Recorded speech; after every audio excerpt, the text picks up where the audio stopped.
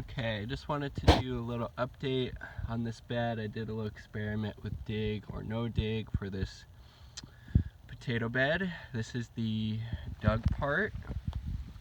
There's some snake grass or horsetail, some random weeds, more horsetail, some potatoes coming up, more random weeds there, more horsetail, more random weeds.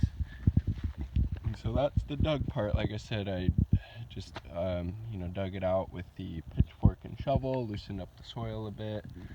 And then this part of the bed, this latter half, is the one where I simply added compost to the top of the bed, and as you can see, it is more or less weed free. These are some beets that were seeded. I need to thin out. We'll see if we get any growing, interplanting them with the potatoes. But I mean, it's pretty convincing little case study here about how effective no dig is at suppressing weeds. You're not, maybe bringing up, any type of weed seeds to the top of the soil from the bottom. You're simply just covering the soil with compost or with more soil, and then planting in that, which is what I did for these potatoes. And I mean, just look how clean that looks.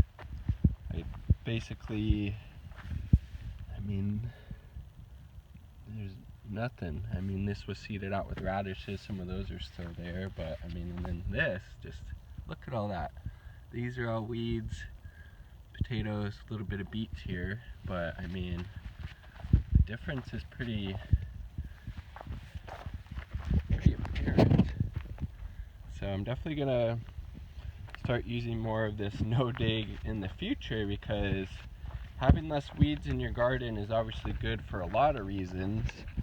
They're not competing for space or for nutrients with the crops that you're growing, and it's less time having to pick them out either by hand or with some type of implement. So I think it's definitely a method I'm going to start using more in the future, and something that I picked up on from Charles Dowdy, and that English gardener who has a really awesome and amazing YouTube channel about no dig gardening and growing food organically and everything. But just look again, no dig, compost on top of soil. Look how clean that looks compared to that.